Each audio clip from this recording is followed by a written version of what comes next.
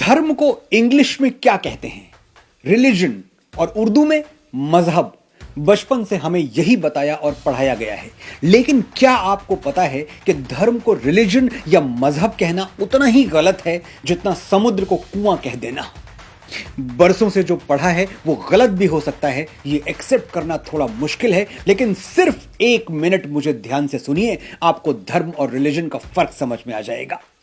Religion और मजहब का सीधा रिश्ता पूजा पद्धति और एक विशेष ईश्वर से, एक डेजिग्नेटेड गॉड से है। वो गॉड जिसने कुछ कोड्स बनाए हैं। जब तक आप वो कोड्स फॉलो नहीं करते, आप रिलीजियस नहीं हो सकते। जैसे नमाज और कुरान पढ़े बिना, रोजा या ज़कात में विश्वास किए बिना आप मुसलमान नहीं हो सकते। अगर आप चर्च नहीं जाते, बाइबल को नहीं मानते, जीसस में बिलीव नहीं करते, तो आप क्रिश्चियन नहीं हो सकते। यानी इस्लाम और क्रिश्चियनिटी रिलीजन्स हैं, कोड्स पे चलते हैं। जो किताब में लिखा है वो मानो, नहीं माना तो आप रिलीजियस नहीं हैं।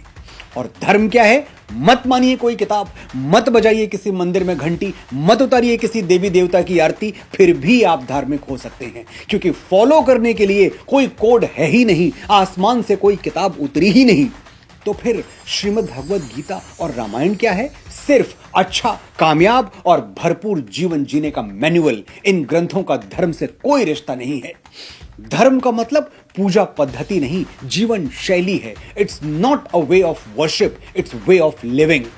धर्म वो यूनिवर्सल लॉ है जो किसी पर भी अप्लाई हो सकता है। इसका कोई लेना देना हिंदू, मुस्लिम, सिख या ईसाई से नहीं है। कोई भी धार्मिक हो सकता है। हमारे मुसलमान और क्रिश्चियन भाई बहन भी धार्मिक हो सकते हैं, लेकिन एक हिंदू रिलीजियस नहीं हो सकता।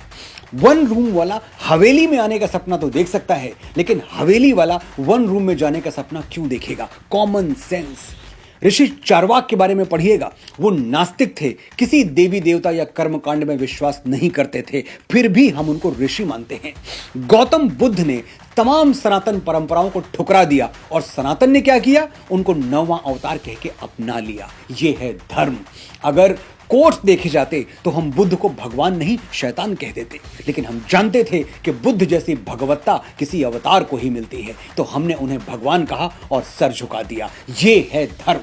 लेकिन धर्म को डिफाइन कैसे करेंगे? सिंपल डेफिनेशन, जैसे मनुस्मृति ने किया है। धृति, क्षमा, दमोस्तेयम, शौचमिंद्रिय निग्रह, धीर विद्या, सत्यम, क्रोधो, दशकम धर्म लक्षणम। धार्मिक होने के लिए 10 क्वालिटीज आप में होनी जरूरी हैं। Patience, forgiveness, suppressing the desires, honesty, purity, control on senses, wisdom, knowledge and anger management. ये 10 मेरिट्स आपके अंदर हैं तो आप धार्मिक हैं। कहीं ये नहीं लिखा कि कौन से मंदिर में जाना है, कौन से व्रत उपवास रखने हैं।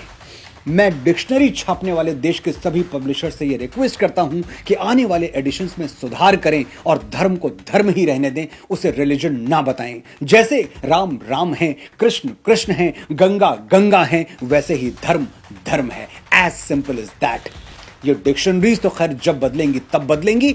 आप अपनी भाषा और सोच अभी से बदल सकते हैं। आप धर्म के विशाल समुद्र में तैरना चाहते हैं या रिलीजन के कुएं में फुदकना? ये फैसला मैं आप पर छोड़ता हूं।